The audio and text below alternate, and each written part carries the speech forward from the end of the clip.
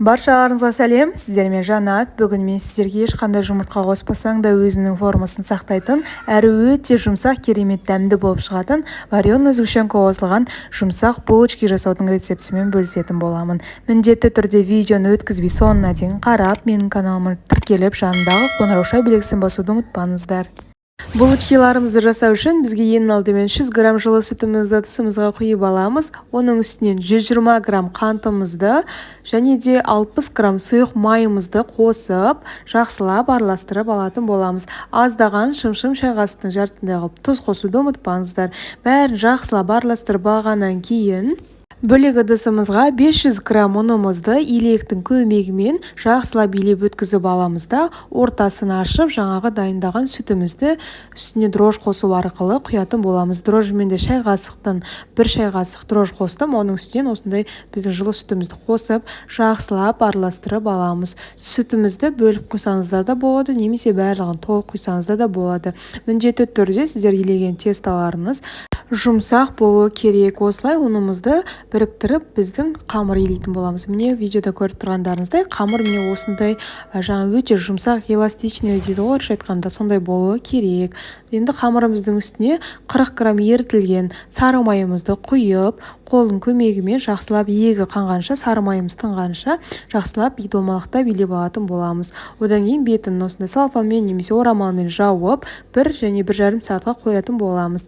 Міне біздің 1 сағат өткеннен кейін ұнымыз осылай 2 есе көтеріледі. Көтерілген ұнымызды астын аздаған сары майды қосу арқылы дөңгелете отыра сопақ пішінге 2 алақанның көмегімен видеодағыдай жасаймыз. Одан кейін үстіне пышақтың көмегімен кесіп, бөліктерге бөліп аламыз. Одан кейін 2 алақанның көмегімен үсті жақсылап домалақтап пішінге келтіріп алатын боламыз. Барлығын тура солай жасайсыздар да, бетін салфанмен жауып 5 немесе 10 минутқа қойып қоясыздар. 5-10 минуттан кейін кішкене көтерілгеннен кейін видеодағыдай алып, үстінен аздаған басып, оқтаудың көмегімен сопақша кішкене домалақ қылып, екі жағын және үстін осылай оқтаудың көмегімен жайып алатын боламыз. Оның үстіне менде осындай вареный сгущенка бар. Осындай жаңа қою түрін аласыздар да, 1 немесе 2 қасықтан өздеріңіздің қалауларыңыз бойынша қосып, видеодағыдай ең астынан бастап жоғары қаратай жақсылап піскен кезде біздің варенкаларымыз езіліп төгіліп кетпеу үшін жақсылап аузын жауып алатын боламыз. Одан кейін орайтын боламыз, екі шетін бұру арқылы, қайыру арқылы. Дайын болды. Енді мен сіздерге булочканың екінші түйу әдісін көрсететін боламын.